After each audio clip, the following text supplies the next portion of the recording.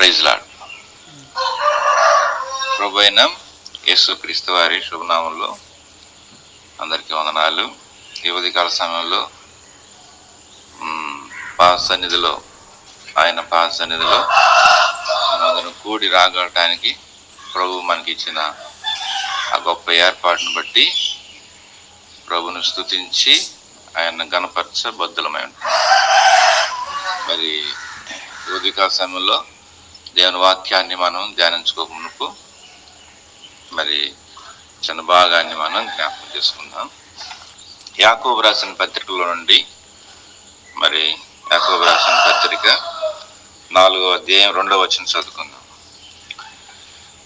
మీరు ఆశించుచున్నారు కానీ మీకు దొరకటం లేదు, నరహత్య చేదురు, మత్సరపడుదురు కానీ సంపాదించుకోలేరు, పోట్లాడుదురు, యుద్ధము చేయుదురు కానీ దేవుణ్ణి అడగనందున మీకేమీ దొరకదు. యుద్ధము చేయుదురు కానీ దేవుణ్ణి అడగనందున మీకేమీ దొరకదు అని అంటాడు. ఇంకొక వాక్యం చదువుదాం. యాకోబు 1 కొరింథీ రాసిన పత్రికలో నుండి 14వ అధ్యాయం 8వ వచనం చదువుకుందాం. 14:8. 1 కొరింథీ రాసిన పత్రిక, కొరింథీ రాసిన మొదటి పత్రిక 14వ అధ్యాయం 8వ వచనం. మరియు బోర స్పష్టముగా కాని ధ్వని ఇచ్చినప్పుడు యుద్ధముకు యుద్ధానికి ఎవడు సిద్ధపడను. దేవుడు ఈ 2 లేఖన భాగాలను మనకి దీవించలాగిన కొన్ని విషయాలు మనం దేవుని సన్నిధిలో మాట్లాడుకుందాం. ఇక్కడ మనం చదివిన 22 భాగాల్లో యుద్ధం అనేది వస్తుందన్నమాట. యుద్ధము అనేది మరి దేవుని కొరకైన సిద్ధపాటు, లేకపోతే దేవుని కార్యాల కొరకైన సిద్ధపాటును గురించినటువంటి విషయాన్ని జ్ఞాపకం చేస్తుంది. మరి యుద్ధము అనేది మరి ప్రార్థన కూడా చూపిస్తుంది, ప్రార్థన విషయాన్ని కూడా జ్ఞాపకం చేస్తూ ఉంది. ప్రతి కార్యాన్ని జ్ఞాపకం చేస్తూ ఉంది అన్నమాట యుద్ధం అనేటువంటిది. కాబట్టి మన జీవితంలో మరి ఆ యుద్ధం అనేటువంటిది ఇక్కడ ఎలా ఉంది అని అంటే, బోర స్పష్టము కాని ధ్వని ఇచ్చినప్పుడు యుద్ధానికి ఎవరు సిద్ధపడను అంటాడు అన్నమాట. యుద్ధానికి ఎవరు సిద్ధపడతారు? బోర అనేది స్పష్టంగా ఉండాలి. మనం చేసే ప్రార్థన కానీ, దేవుని పని కానీ, కార్యం కానీ, మరి ఏదైనా కానీ స్పష్టత ఉండాలి. స్పష్టత లేకపోతే దానికి ఆన్సర్ అనేది రావటం అనేది చాలా కష్టమైంది అన్నమాట. చాలాసార్లు మనం అధికారులకి, పైన అధికారులకి అర్జీ పెట్టుకుంటాం. అర్జీ పెట్టుకున్నప్పుడు మరి ఆ అర్జీని మనం చూస్తూ ఉంటాం, అధికారులు చూస్తూ ఉంటారు. చూసి లాస్ట్కి అధికారులు చూసి ఈ దీంట్లో స్పష్టత లేదే అని చెప్పేసి వాళ్ళు ఏం చేస్తారంటే దాన్ని ఏదైతే అర్జీ పెట్టుకున్నారో ఆ అర్జీని మరి తీసివేయటం అనేది జరుగుతుంది అన్నమాట. కాబట్టి మన జీవితంలో మరి ఈ స్పష్టత అనేది లేకపోతే దేవుడు కూడా ఏం చేయలేనటువంటి పరిస్థితి మనకి కనపడుతుంది అన్నమాట. ఏమి చేయలేనటువంటి పరిస్థితి అనేది కనపడుతున్నది. కాబట్టి మన జీవితంలో ఆ స్పష్టత అనేది ఉండాలి. దేవుడు చేయబోయే కార్యాలకు స్పష్టత అనేది ఉండాలన్నమాట. స్పష్టత లేకపోతే దేవుడు ఏ విషయాన్ని చేయలేడు. మనలో ఏ స్పష్టత కావాలి? మనలో ప్రార్థన చేసుకోవటానికి, దేవుడు మనకు జవాబులు ఇవ్వటానికి మనలో ఉండాల్సినటువంటి స్పష్టత ఏంటి అన్నమాట అనేది మనం కొన్ని విషయాలు, ఒక 4 సంగతులు మనం చూసుకుందాము. మొట్టమొదటిగా యుద్ధం గురించి మనం చదువుకున్నాం కాబట్టి ఆ యుద్ధము నిర్గమకాండం 14వ అధ్యాయంలో మనం చూసే పని అయితే, నిర్గమకాండం 14వ అధ్యాయం 25వ వచనంలో చూస్తాం. ఇక్కడ యుద్ధం కనపడుతుంది మనకి. ఫస్ట్ యుద్ధం మనం చూడొచ్చు. ఇశ్రాయేలు పక్షాన 14:25 వచనం చదువుతా అన్నమాట. వారి రథచక్రములు ఊడిపడినట్లు చేయగా వారు బహుగా కష్టముతో తోలుచుండిరి. అప్పుడు ఐగుప్తీయులు ఇశ్రాయేలీయుల ఎదుట పారిపోదము రండి, యెహోవా వారి పక్షమున మనతో యుద్ధము చేయుచున్నాడని చెప్పుకొనిరి అన్నమాట. ఇక్కడ ఇశ్రాయేల్ పక్షాన దేవుడు యుద్ధం చేస్తున్నాడు. ఐగుప్తులో నుంచి వాళ్ళు బయటకు తీసుకొస్తున్నాడు దేవుడు. తీసుకొచ్చేటప్పుడు ఫస్ట్ వారి జీవితంలో ఇదే మొదటిసారి యుద్ధం వాళ్ళు చూడటం అన్నమాట. అయితే మరి ఇశ్రాయేల్ అందరినీ ఆ దేవుడు అక్కడ తీసుకొచ్చినప్పుడు వాళ్ళందరూ కొనుక్కున్నారు. మరి వాళ్ళు విషయంలో బాగా ఇదైపోయారు దేవుని విషయంలో. ఇక మనం ఇక్కడ చనిపోవడానికి దేవుడు ఇక్కడ తీసుకొచ్చాడు. మనం ఐగుప్తులు ఎలా చనిపోలేదు, ఐగుప్తులో ఏ సమాధులు లేవా, అక్కడ మనకి ఇది లేవా అని చెప్పేసిన వాళ్ళు చాలా చనుక్కుంటారన్నమాట. మిక్కిలి భయపడ్డరు అని రాయబడింది.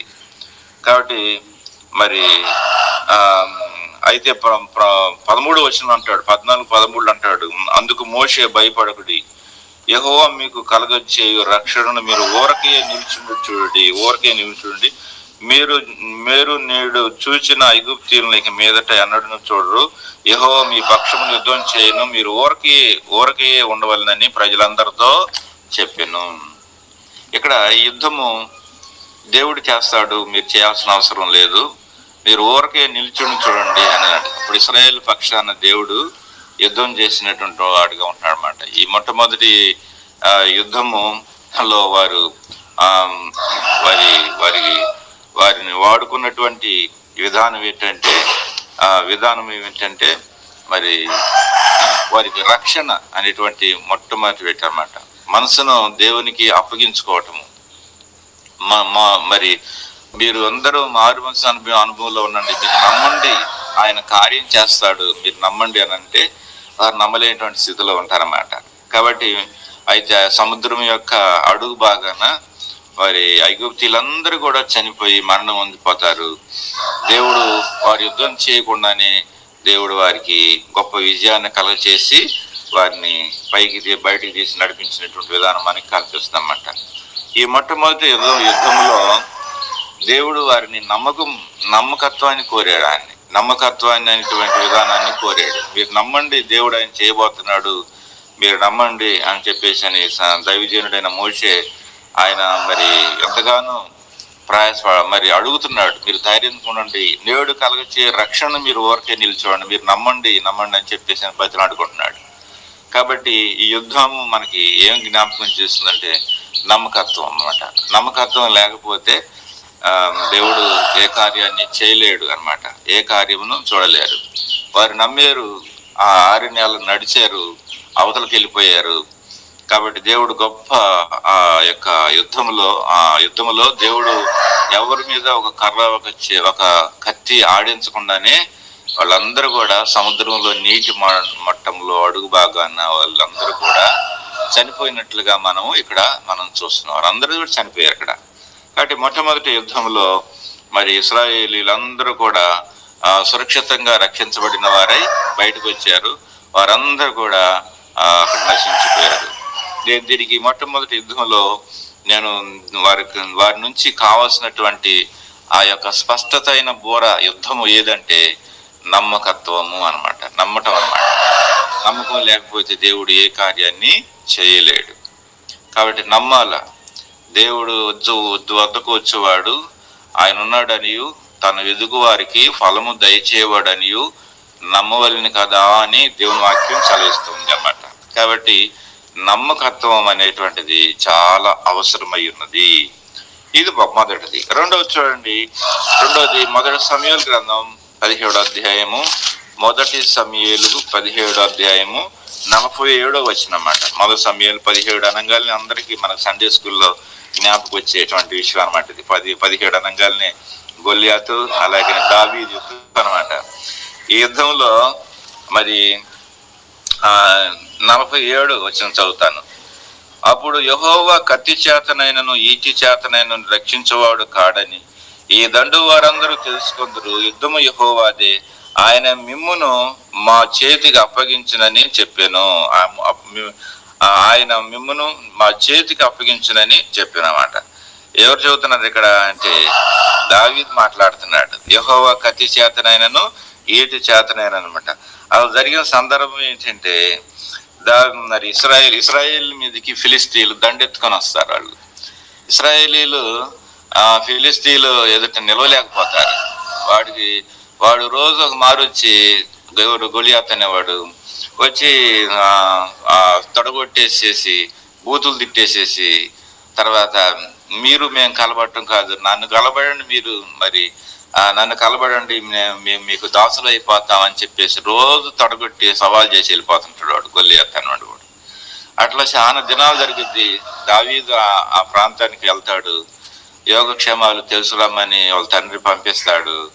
అప్పుడు దావీదు వచ్చి ఆ విషయాలన్నీ కనుక్కున్నప్పుడు అప్పుడు దావీదు సౌలు దగ్గరికి వెళ్ళి నేను అతనితో పోరాడి గెలుస్తానని చెప్పినప్పుడు ఆ బాలుడు అని నిరాకరిస్తారు. కాదు, నేను దేవుడు నన్ను నా అరణ్యులు నా గొర్రెలను కాస్తున్నప్పుడు దేవుడు ఇంత గొప్ప కార్యాన్ని జరిగించాడు, వీడిని నా చేతికి అప్పగిస్తాడని చెప్పినప్పుడు వెంటనే వాళ్ళు దావీదుని పంపుతారు. ఏమి లేకుండానే దావీదు వెళ్ళి ఈ మాట చెప్పాడన్నమాట, యెహోవా కత్తి చేత నేను ఈటి చేత నేను రక్షించేవాడు కాడని ఈ దండువారందరూ తెలుసుకుంటారు అని అంటాడన్నమాట. అంటే దాని అర్థం ఏంటంటే, ఆ యుద్ధం యొక్క అర్థం ఏంటంటే అక్కడ ఉన్నటువంటి రాజులో ఉన్నటువంటి ఇశ్రాయేలీలో ఉన్నటువంటి అవిశ్వాసం అన్నమాట. అతన్ని మేము జయించలేము అనేటువంటి అపనమ్మకం వారికి బాగా వాళ్ళని చుట్టేసింది అన్నమాట. అవిశ్వాసం అనేది చుట్టేసింది. అయితే దావీదు ఒక్కడే ఆ యుద్ధము దేవుడిదని చెప్పేసి వెళ్ళి యుద్ధంలో పోరాడి గొలియాతుని ఒక రాయితో కొట్టి చంపేసేసి ఆ దేవుడు విశ్వాసాన్ని బయలుపరిచినట్లుగా మనం చూస్తాం అన్నమాట. కాబట్టి ఈ యుద్ధంలో దేవుడు ఏం కోరాడంటే విశ్వాసం కోరాడు. ఇందాక యుద్ధంలోనేమో నమ్మకం కోరాడు, ఈ యుద్ధంలో విశ్వాసం ఉండాలి. విశ్వాసం లేకపోతే స్వస్థత లేకపోతే ఖచ్చితంగా నువ్వు యుద్ధంలో ఓడిపోతావు. కాబట్టి నువ్వు చేసే పరిచర్య అయినా ప్రార్థన అయినా దేవుని కార్యాలైనా ఏవైనా స్వస్థత ఉండాలి. స్వస్థత లేకపోతే దేవుడు నీకు ఆన్సర్ ఇవ్వడు అనమాట. స్వస్థత అనేది చాలా యుద్ధం యొక్క స్వస్థత. ఏంటి యుద్ధం యొక్క స్వస్థత అంటే, ఒకటి నమ్మకత్వం, రెండో యుద్ధము ఏంటిదంటే విశ్వాసం కావాలి, అవిశ్వాసం కాదు. వాళ్ళు విశ్వాసం చేతనే ఓడిపోయారు అన్నమాట. అవిశ్వాసం చేతనే వాళ్ళు ఓడిపోయారు. గొలియాతుని జయించలేకపోతున్నాం అని అనుకున్నారు. కొన్ని సందర్భాల్లో మనకు కూడా మన విశ్వాసం అనేది జయించలేనటువంటి స్థితిలో మనం ఉండేటువంటి వారుగా ఉంటున్నాం అనేటువంటి విషయము జ్ఞాపకం చేయబడుతుంది. ఇది రెండవది. ఇకపోతే మూడో విషయం మనం చూద్దాం, త్వరగా సమయం అయిపోతుంది కాబట్టి. న్యాయాధిపతుల గ్రంథం ఇక్కడ 7వ అధ్యాయము 19వ వచనం చదువుకుందాం. న్యాయాధిపతుల గ్రంథం 7వ అధ్యాయము 19వ వచనం చదువుకుందాం. 7వ అధ్యాయం 19. ఇక్కడ మనకు గిద్యోను కనపడతాడు. ఇక్కడ గిద్యోను పక్షాన దేవుడు యుద్ధం చేస్తున్నాడు అన్నమాట. గిద్యోను మరి ఎలాంటి వాడిగా ఉంటాడంటే అపనమ్మకస్తుడిగా, అధైర్యవంతుడిగా, పిరికివాడిగా ఉంటాడు. దేవుడే పోయి తనలో ఉన్న పిరిగితనాన్నంతటిని కూడా బయటికి పంపిస్తాడన్నమాట. పిరిగితనాన్ని బయటకు పంపించేసి మనం 19వ వచనం 7వ అధ్యాయం 19వ వచనం కానించి 7వ అధ్యాయము 19వ వచనం కానించి 22వ వచనం వరకు కనుక మనం చూస్తే ఇక్కడ దేవుడు ఒక క్రమాన్ని అతనికి నేర్పిస్తుంటాడు. ఏం క్రమం అంటే, మరి యుద్ధానికి నువ్వు వెళ్ళేటప్పుడు వెళ్ళు సమయంలో ఏం చేయాలంటే 300 మందితో అతను బయలుదేరి దివిటీలను, అలాగనే ఇక్కడ 20 వచనం చూద్దాం. అట్లా 3 గుంపుల వారు 3 బూరలు ఊదుచు ఆ కుండలను పగలగొట్టి ఎడమ చేతితో తమ దివిటీలను, కుడి చేతితో కుడి చేతిలో ఊదుటకును బూరలను పట్టుకొని యెహోవా ఖడ్గము గిద్యోను ఖడ్గము అని కేకలు వేసిరి. వారిలో ప్రతివాడు తన చోటును దండుల చుట్టూ నిలిచి ఆ దండు వారందరూ పరిగెత్తుతూ కేకలు వేస్తూ పారిపోయిరి. ఈ 300 మంది బూరలు ఊదినప్పుడు యెహోవా దండంతటిలోనూ ప్రతి వాని ఖడ్గము తన పొరుగు వాని మీదకి తిరిపాను. దండు సెరేపేదు వరను నున్న హెచ్చ వరకును తబతు వరకును అనున్న అభ్యర్థులను తీరమున వరకును పారిపోగా నప్తాలి గోత్రం నుండి, ఆషేరు గోత్రం నుండి, మనష్షే గోత్రం నుండి పిలువబడిన వారు ఇశ్రాయేలీయులు కూడుకొని మిథ్యానీయులను తరిమిరి. ఇక్కడ మనం చూస్తున్నాం ఒక క్రమం అన్నమాట. ఇక్కడ బూరలు, తర్వాత దివిటీలు, కొండలు. బూరలతో, దివిటీలతో, కొండలతో యుద్ధం ఏంది చేస్తారు మనకి ఇది ఆశ్చర్యం అనిపించింది అన్నమాట. దేవుడు గిద్యోనుకు ఒక క్రమం చూపించాడు అన్నమాట. ఈ క్రమం ప్రకారం నువ్వు చేస్తే వాళ్ళ కత్తి వాళ్ళ మీద పడిద్ది, నీకు మంచి విజయం వచ్చిద్ది అని చెప్పాడు. స్పష్టత అన్నమాట. చాలా క్లియర్ గా దేవుడు మాట్లాడుతున్నాడు ఇక్కడ. అప్పుడు దేవుడు ఏదైతే చెప్పాడో ఆ క్రమం ప్రకారమే చేశాడు. వెంటనే వారి శత్రువు మీద నిజంగానే కత్తి పడింది అన్నమాట. అంటే ఇక్కడ ఏంటిది అంటే ఒక క్రమశిక్షణ కావాలి. క్రమశిక్షణ అనేది లేకపోతే యుద్ధం అంటే ఇక్కడ ఏంటంటే ఈ యుద్ధం మనకి ఏమి నేర్పిస్తుంది అంటే క్రమశిక్షణ నేర్పిస్తుంది. క్రమశిక్షణ లేనిదే దేవుడు ఏ కార్యాన్ని చేయలేడు. క్రమశిక్షణగా ప్రార్థన, క్రమశిక్షణ ఆరాధన చేయాలి. క్రమశిక్షణగా వెళ్ళి నువ్వు దేవుని ఇంట్లో ఆత్మీయత చేయాలి. దేవుడి కొరకై కొన్ని కార్యాలు ఉంటాయి, పనులు ఉంటాయి, కొన్ని వరాలు తలాంతులు ఉపయోగించుకోవాలి. క్రమశిక్షణ అన్నమాట. క్రమశిక్షణ లేకుండా దేవుడు యుద్ధంలో నీకు ఏ మేలు కార్యాలు చేయాలన్నా కానీ ఆయన చేయడం చాలా కష్టతరం అవుతుంది అన్నమాట. అందుకని యుద్ధంలో దేవుడు క్రమశిక్షణ అనేది చాలా ఇంపార్టెంట్ అన్నమాట. అది లేకపోతే దేవుడు ఏం చేయలేడు. క్రమశిక్షణ అనేది కావాలి. ఒకటి నమ్మకత్వం కావాలి, స్పష్టత. రెండో స్పష్టత ఏంటిదంటే విశ్వాసంలో నమ్మకత్వం. నీ విశ్వాసంలో నమ్మకత్వం అదే స్పష్టత కావాలి, అది ఘోర స్పష్టత. మూడోది ఏంటంటే క్రమశిక్షణ కావాలండి. క్రమశిక్షణ లేకపోతే దేవుడు అటువంటి సేవకుడు కానీ విశ్వాసి కానీ వాళ్ళ జీవితాల్లో దేవుడు ఏ కార్యాలు చేయాలని కానీ ఆయన ఏమాత్రం చేసేవాడుగా లేడు అనేటువంటి విషయం మనం జ్ఞాపకం చేసుకోవచ్చు. ఇకపోతే రెండో దినవృత్తాంతాల్లో ఇంకొక స్పష్టత మనం చూద్దాం. 20వ అధ్యాయము 15వ వచనం చదువుకున్నాం. 20వ అధ్యాయం 15వ వచనం అండి. 20వ అధ్యాయం 15వ వచనం. ఇక్కడ యెహోషువపాతు యుద్ధం చేస్తున్నాడు. యెహోషువతో పాటు యుద్ధానికి వెళ్తున్నాడు. ఇక్కడ అమ్మోనీలు, తర్వాత కొంతమంది యెహోషువపాతు మీదకి దండొస్తారు. అమ్మోనీలు, మోయోనీలు కొందరు దండెత్తి యెహోషువ మీదకి వస్తారు. వచ్చి ఏమంటారంటే మరి యెహోషువపాతు మీద వారు యుద్ధం చేయబోతారన్నమాట. కాబట్టి ఫస్ట్ యెహోషువ ఆ విషయాన్ని తెలుసుకుంటాడు. పాపం కొంతమంది తెలియకుండా పోయి పడతారు. అయితే ఇక్కడ యెహోషువపాతు ముందుగా తెలుసుకున్నారు. వాళ్ళు కూడా వర్తమానం పంపించారు. తెలుసుకున్నటువంటి తను ఈ నా విషయంలో దేవుడు ఇంత దుర్వార్త ఒకటి తాను వినాల్సినటువంటి పరిస్థితి వచ్చింది. దుర్వార్త వినేసేసాడు.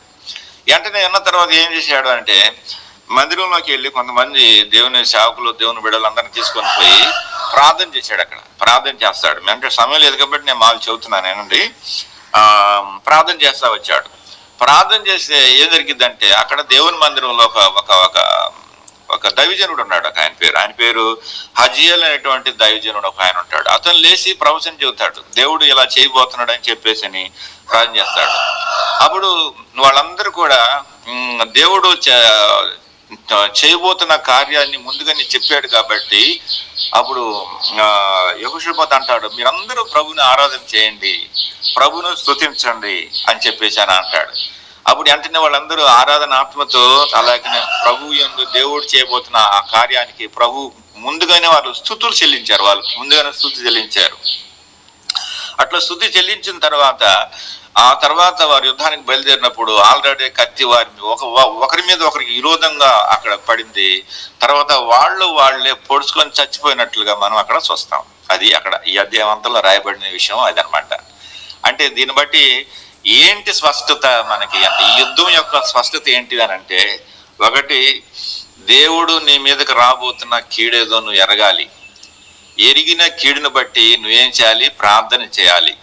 ప్రార్థన చేసిన నీవు ఏం చేయాలంటే దేవుడు నీ కోసం ఆ ప్రార్థనకి జవాబు ఎవడో కొన్ని లేపి ఒక సమాధానం దేవుడు వచ్చేస్తాడు. ఇలాగ నీ విషయంలో చేయబోతున్నా అని చెప్పేసి దేవుడు మాట్లాడతాడు. దేవుడు మాట్లాడిన విధానాన్ని జ్ఞాపకం చేసుకొని ఏం చేయాలి? ఆరాధన ప్రార్థన ఆత్మతో నువ్వు నింపబడి ప్రభువునకు నువ్వు కృతజ్ఞతాస్తుతులు చెల్లించాలి. అప్పుడు కృతజ్ఞతాస్తుతులు చెల్లించడం ద్వారా శత్రువు ఆటోమేటిక్గా వాడు ఓడిపోతాడు. ఇక్కడ బోరు యొక్క స్వస్థత ఏంటి అంటే మనం ఏం చేయాలంటే ప్రార్థన, సేవ, అలాగనే ఆరాధన, స్తుతులు చెల్లించడం ద్వారా శత్రువు ఓడిపోతాడు. నీ జీవితంలో ప్రభుని ఆరాధన చేయాలి, ప్రభువుకు ప్రార్థన చేయాలి, ప్రభువుకు సేవ చేయాలి. చేస్తే శత్రువు ఆటోమేటిక్ ఓడిపోతాడు. ఆ వ్యక్తి మన మీదకి తగాదు వచ్చిందని చెప్పేసి నువ్వు కూడా ఆ చెంగు ఎగుదవేసి రా చూసుకుందాం అని చెప్పేసి అనకూడదు. మనది యుద్ధం అది కాదు. మన యుద్ధం ఏంటంటే ప్రార్థన చేయాలి. అది యుద్ధం, పెద్ద యుద్ధం. అది ప్రభుని స్తుతించాలి, అదే పెద్ద యుద్ధం. తర్వాత మనం ఆరాధన చేయాలన్నమాట, ప్రభు ఆరాధన చేయాలి. హోసన్న గారు ఒక విషయంలో సందర్భంలో ఇదే చెబుతుంటాడు. ఎంత కడుపుబ్బు నవ్వుకోవచ్చో. ఒక విశ్వాస అంట ఒక అన్యురాలతో తగాదాడుతుందంట. అంతలోకి ఏసన్న గారు వెళ్ళాడంట అటుకుండా. వెళ్తే ఏసన్న గారిని చూసి ఇక ఆ తిట్లు ఆపేసేసి దేవునికి స్తోత్రం అంటుందంట. ఆమె తిట్లు ఆపేసి స్తోత్రం అంటుందంట. అప్పుడు ఆమె అవతల అన్యురాలు అనుకుంటున్నంట, ఎవడే స్తోత్రము, నీ అబ్బ సూత్రం, మీ నాన్న సూత్రం, నువ్వు సూత్రం అని లేచిందంట ఆమె. అంటే అర్థం కాక. కాబట్టి ఇట్లా ఉంటుంది అనమాట. కొన్నిసార్లు మనం వాళ్ళ మీద పోరాడాల్సిన అవసరం లేదు, కానీ ప్రభువుని మనం ఏం చేయాలంటే స్తుతించాలి, ప్రార్థన చేయాలి, దేవుని కార్యంలో పాల్పొంగులు పొందాలి. అదే శత్రువు ఓడిపోవటానికి గల కారణం అంటే. ఈ రోజున చాలా మంది ఓడిపోతున్నాం, మన సంఘంలో, మన పరిచర్యలో ఓడిపోతా ఉన్నాం. కారణం ఏంటో తెలుసునా? ఇదే అన్నమాట. స్తుతులు లేవు, ప్రార్థన లేదు, దేవుని కార్యాల్లో పాల్పొంగులు పొందేది లేదు. అందరూ కూడా అన్నమాట ఎంతో ఇబ్బంది. మేము చుట్టుపక్కల చూస్తూ ఉన్నాం, మాకు అందరు విశ్వాసులు చుట్టుపక్కలే, కానీ మందిరాన్ని ఓడటానికి కానీ తొడటానికి కానీ ఎవరు రారు అన్నమాట. వీళ్ళందరూ కూడా పెద్ద పెద్ద ఆఫీసు రూమ్లోకి పోయి సంతకాలు చేసి వచ్చేవాళ్ళు ఫీల్ అయిపోతారు. అందరు మళ్ళీ పనులు చేసుకునే వాళ్ళే. కానీ దేవుని ఇంట్లో శుభ్రం చేసుకోవటానికి చాలా ఇబ్బంది, చాలా కష్టం అయిపోతుంది. మందిరానికి రావడమే మేము కష్టం అన్నట్టుగా ఉందన్నమాట. ఏదైనా కుటుంబ ప్రార్థనలు పెడితే ముందుగా అక్కడికి వెళ్ళి కలిసి వాళ్ళని ఆ ఇంట్లో వాళ్ళని పలకరించుకొని ఆ చుట్టుపక్కల వాళ్ళతో కొద్దిగా పత్రికలు పంచేసి వాళ్ళందరితో మాట్లాడి రణమ్మ ప్రార్థన మందిరానికి, ఆ ప్రార్థనకి దేవుని స్తుతి కూడా జరుగుతుందని చెప్పేసి ఆహ్వానించి ఒక అరగంట ముందుకు పోయి అక్కడ కూర్చొని సాఫ్ చేసుకొని ప్రార్థన చేసుకునే దాఖలాలు ఇప్పుడు లేవు అన్నమాట. అందుకనే ప్రతి క్రైస్తవుడు ఓడిపోతున్నాడు అన్నిట్లో. క్రైస్తవుడు అపజయం కలుగుతుంది. యుద్ధం అనేది ఇంట్లోనే రేగుతూ ఉంది, ఇంట్లో సమాధానం లేకుండా పోతూ ఉందన్నమాట. కాబట్టి ఇక్కడ బోరు యొక్క స్పష్టత ఏంటనంటే ప్రార్థన కావాలి, దేవునికి సేవ కావాలి, మూడోది ఆరాధన స్తుతులు కావాలి. అప్పుడు ఆటోమేటిక్గా వాడు ఓడిపోతాడు. వాళ్ళే పొడుచుకొని చచ్చిపోయారన్నమాట. మొదటి ఇశ్రాయేల్ పక్షాన దేవుడు యుద్ధం చేసినప్పుడు రక్షణ, అదే నమ్మకత్వం అనేది జ్ఞాపకం చేశాడు. అది వారు సముద్రంలో పడి చనిపోయారు. రెండోది కూడా దావీదు యుద్ధం చేశాడు. ఆ యుద్ధానికి మనం రాయితోటి మరణం ఉండాడు గొలియాతు. అది వాళ్ళు అవిశ్వాసాన్ని దేవుడు అక్కడ దావీదు ద్వారా జయించి విశ్వాసం అని రుజువు చేశాడు. మూడవది ఏంటంటే గిద్యోను పక్షాన యుద్ధం చేసిన దేవుడు వాళ్ళకు ఒక మంచి క్రమాన్ని నేర్పించినట్లుగా మనం చూస్తున్నాం. యుద్ధం యొక్క స్పష్టత అనేది చాలా అవసరమైనది. తర్వాత యెహోషువపాతు పక్షాన్ని దేవుడు యుద్ధం చేశాడు. అలా చేశాడంటే దేవుని మందిరంలోకి వెళ్ళి ప్రభు చేయబోయే కార్యాన్ని ముందుగానే దైవజనుల ద్వారా తెలుసుకొని మోకరించి ప్రభుని స్తుతించి ప్రభుని ఆరాధించడం ద్వారా అవతలోడున్న శత్రువాడు ఓడిపోతూ వచ్చాడు. ఏ రీతిగా మన జీవితంలో కూడా మనం అన్నమాట.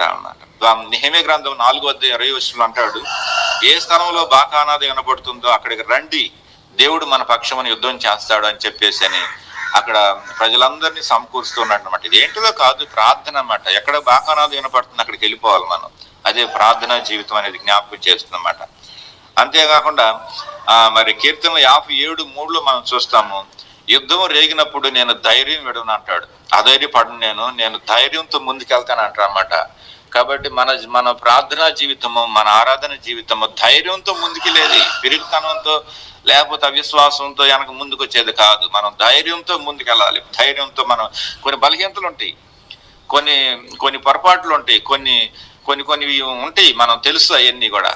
వీటిని ఆధారం చేసుకునే నేను అలాంటి దాన్నే, నేను ఇలాంటి వాడినే, మరి ఇలా దేవుడికి నేను వాడుకుంటాడా అని చెప్పేసి అని అలాంటి అనుమానం, అసమంధత, ఎన్ని కూడా బలహీనత, ఎన్ని జ్ఞాపకం చేసుకొని దేవుని పనులు, దేవుని కార్యాలు ఆపటం అనేది అది కరెక్ట్ కాదు. కాబట్టి మన జీవితంలో దేవుని కోసం మనం ఒక స్పష్టత అనేది మనం కలిగి ఉండాలనేది అన్నమాట. నేను ధైర్యం విడవను అన్నమాట. ఎందుకు ధైర్యం విడవు అంటే దావీదులో కూడా కొన్ని బలహీనతలు, కొన్ని పొరపాట్లు, అవిధేయతలు లేకపోలేదు. వీటన్నిటిని ఆధారం చేసుకొని దేవుడు నా పక్షాన ఉండడేమో, నాతో ఉండడేమో, నేను యుద్ధానికి పోతే ఓడిపోతానేమో, నేను అపజయపాలైపోతాను అనుకోకూడదు. ధైర్యంతో ముందుకెళ్ళాల. బలహీనుడు నేను బలవంతుడు అనుకోవాలంట వ్రాయబడింది బైబిల్లో. మరి శక్తిహీనుడు నేను శక్తిమంతుడు అని అనుకొని వెళ్ళాలంటేవాడు. అప్పుడే దేవుడు గొప్ప విజయాన్ని నీకు అనుగ్రహించేవాడుగా ఉంటాడు. సామెతల గ్రంథం 20వ అధ్యాయము మరి 18వ వచనం చూస్తే వివేకము కలిగిన నాయకుడు వలె నువ్వు యుద్ధం చేయమంటాడు. వివేకం కలిగిన నాయకుడు వలె యుద్ధం చేయాలంటాడు అన్నమాట. కాబట్టి యుద్ధం ఏమని జ్ఞాపకం చేసుకుంటే ప్రార్థనే. కాబట్టి ఈ ప్రార్థన మనం ఈ బోర యొక్క స్పష్టత కనుక ఉంటే ఖచ్చితంగా ఆన్సర్ దేవుడు నీకు అనుగ్రహిస్తాడు. నీకైనా నాకైనా ఖచ్చితమైన స్పష్టత ఉండాలి అన్నమాట. స్పష్టత లేకపోతే అన్నమాట. ఏంటి ఆ స్పష్టత అంటే, ఒకటి మనం చూసాము నమ్మకత్వం, రెండోది అవిశ్వాసాన్ని పారదోలే విశ్వాసం కావాలి, క్రమశిక్షణ కావాలి, మూడోది గిద్యోనుల నుంచి మనం ఏం నేర్చుకోవచ్చు అంటే క్రమశిక్షణ, తర్వాత యెహోషాపాతు నుంచి మనం ఏం నేర్చుకోవచ్చు అంటే దేవుని సన్నిధిలో వారు చేయబడిన ప్రార్థనలు, ప్రభువుని స్తుతించిన విధానాలు అవి కనపడతాయి. అవే శత్రువుల్ని చిత్తుగా ఓడించినాయి అన్నమాట. ఈ రోజున మన జీవితంలో బోరు యొక్క స్పష్టత క్లియర్ గా లేకపోతే మనం ప్రభుని అడుగుదాం. ప్రభు మన గొప్ప సహాయం మనకు అనుగ్రహించి రానున్న దినాల్లో ఇంకా ఎక్కువ మందితో మనం విశాలమైనటువంటి దర్శనంలో ప్రభు కోసం, ఆయన మహిమ కోసం ముందుకు సాగే అనుభవం ప్రభు మనకి దయచేయను గాక. అందరికీ వందనాలు. Praise Lord. అందరికీ ప్రైజ్ లార్డ్.